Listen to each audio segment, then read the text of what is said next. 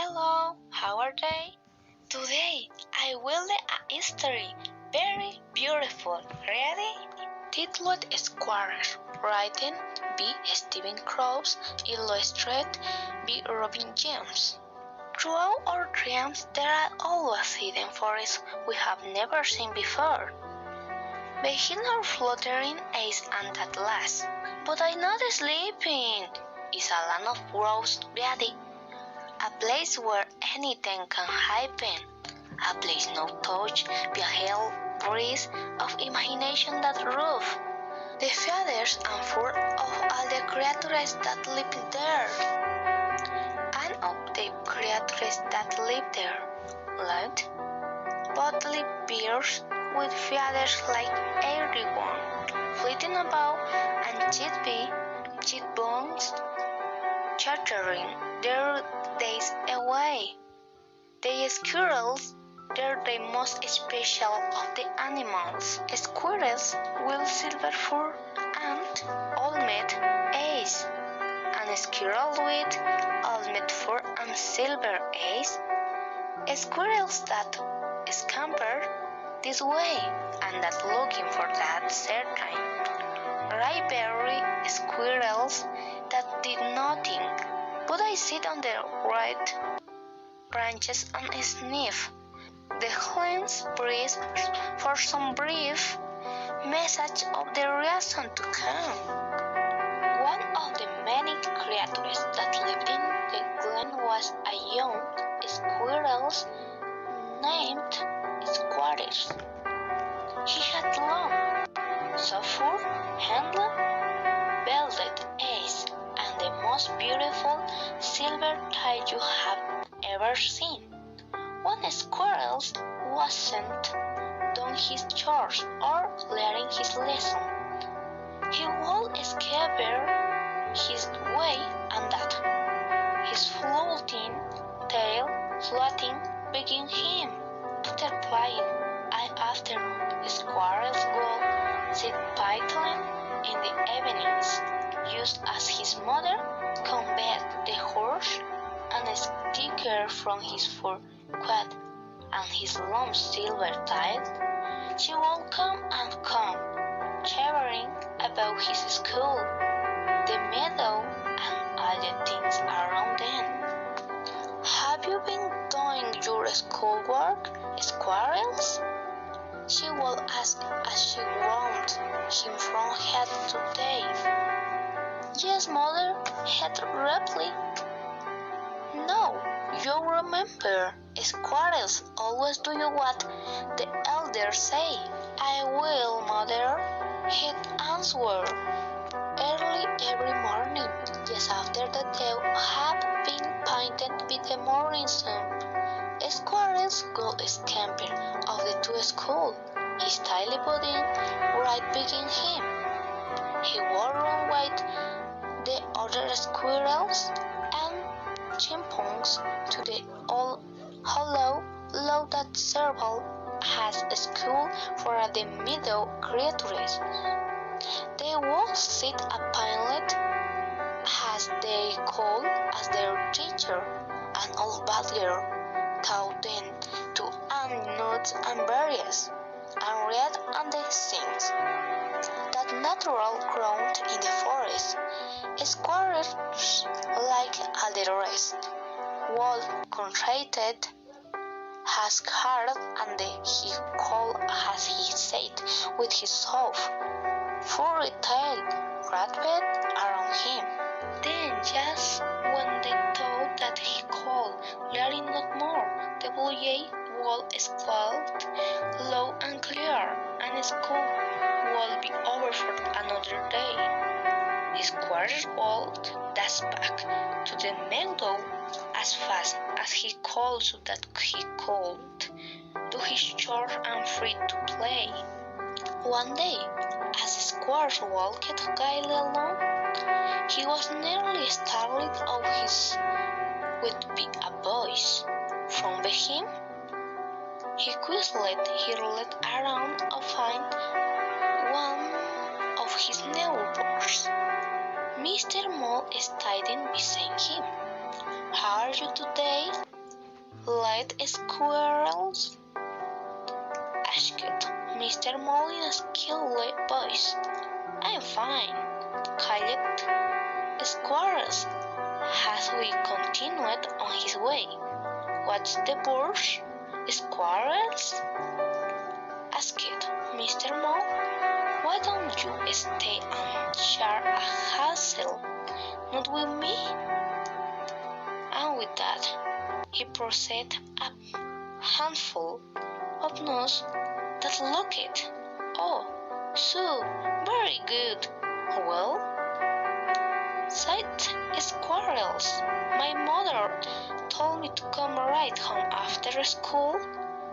Besides, I'm not bound to take things from anyone I don't know very well. But Squirrels, you know me? Said the mole.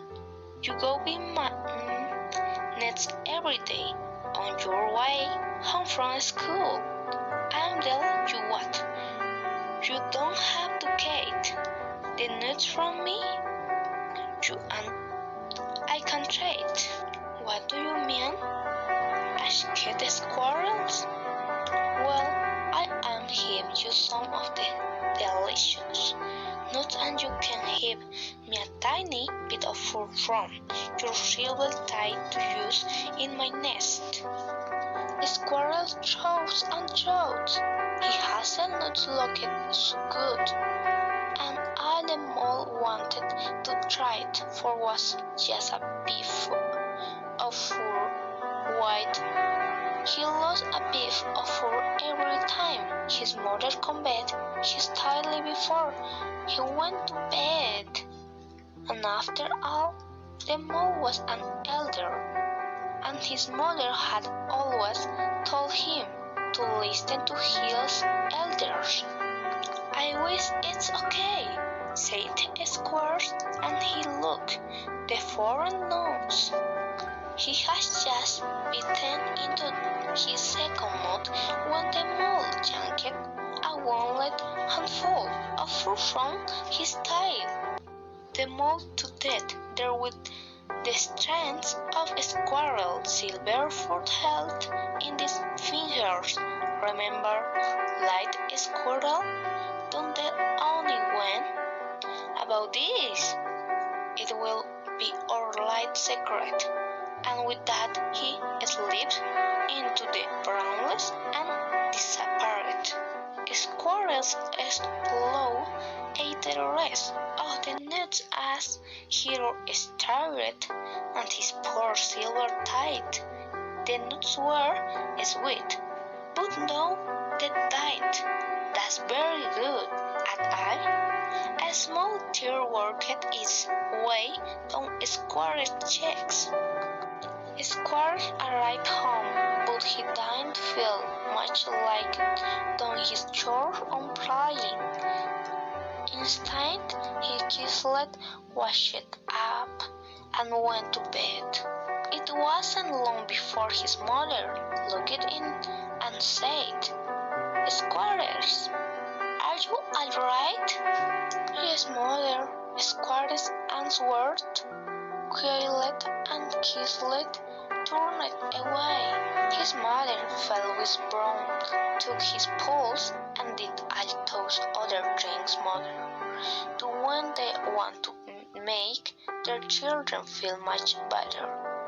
But this time it didn't help at all, and a squirrel fell into a young toast sleep filled with mystery, mice, and mouse.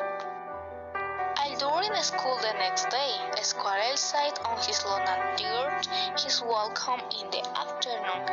Several times when his teacher called on him to answer simple questions, he had to be named by a squirrel on his left or a squirrel on his right. When the blue hay squeaked to signal school close, Squirrel daily and daily adventured through. He was escaped from school and had a star down his path on his home.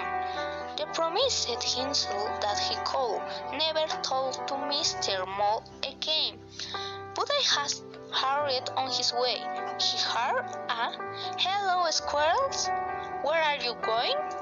from the bushes outside Mr. Mole's nest. "I'm going straight home," said Squirrels in a squeal voice. "Oh, I see," said Mr. Mole as he called over his dice hat. "Don't you want to trade with your tall friend anymore?" "Well," stuttered and feared Squirrel, "I look like a squirrel," he said as he strayed a squirrel off the path and into his yard. "I not only brought nutty time, but berries too." Opening his paw to reveal some deep purple berries mixed with some sweet hazelnuts. Squirrel was scared of the mole, but he didn't know what to do. "Well, this is the last time, but okay," said the squirrel as he took his nuts and berries. Then the little squirrel's tail. "No, remember, don't tell. This just between you and me," said the mole as he climbed into his nest. The hazelnuts didn't taste as nutty as they should have, and the berries were bitter. When he had eaten his tail, Squirrel didn't feel at all well. In fact, he felt pretty dirty.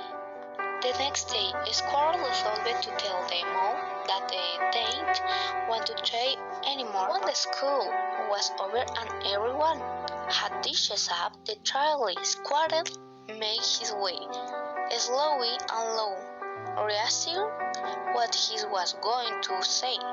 "Listen, Mr. Mole, not that isn't right," he said as he screamed, and his face in that contrition Squirrel was so lost in thought that he nearly happened with fright when the old mole sped from the bushes. "Are you looking for me, Squirrels?" asked the mole. Yes, Mole. I mean, Mr. Mole, sir, I will. I was going to tell you that I don't want to trade anymore. This must be your lucky day," Squirrel said the mole, "because we aren't going to trade anymore. From now on, I'll just take what I want." Then we rip out a big chunk of squirrel silver. Tilly, a small squirrel, began to cry. "I'll see your day tomorrow. Don't be late." Mr. Mole called as he walked away. The little squirrel didn't know what to do as he stumbled down the trolley to the center of the woods. So he clambered up his tree and crawled into bed. That night, his mother and father called me to his room and squeaked him what was wrong, but the squirrel couldn't bring himself to tell them what had happened. "Son," said his father, "no matter what happened, we'll understand, but you have to tell us why you've been acting unstrangely." Squirrel's mother put her arm around him to make the tiny Easter. Finally, in a barely voice, the squirrel told them about the mold and the tries for nuts and berries, and should have let Mr. Mole take fruit from my tail. But he is an elder, and I did know what to do. His parents listened intently. When Squirrel was finished, they said, "Your fruit belongs to you. When anyone as I wants to take or throw something that is part of you and you don't want to then too, you tell them no." you about it right away? Were glad that you told us about Mr. Mole. Then they tried to walk away squirrels, fur and shabby. Soon afterwards, the mole was banished from the walls forever. Everything returned to the way it was.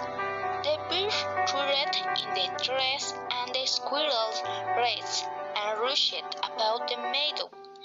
Everything returned to the way it was, and the squirrels returned to the happy squirrel he was too.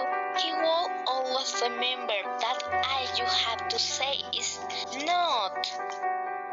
Along in life as you will go, remember the times when you might say not.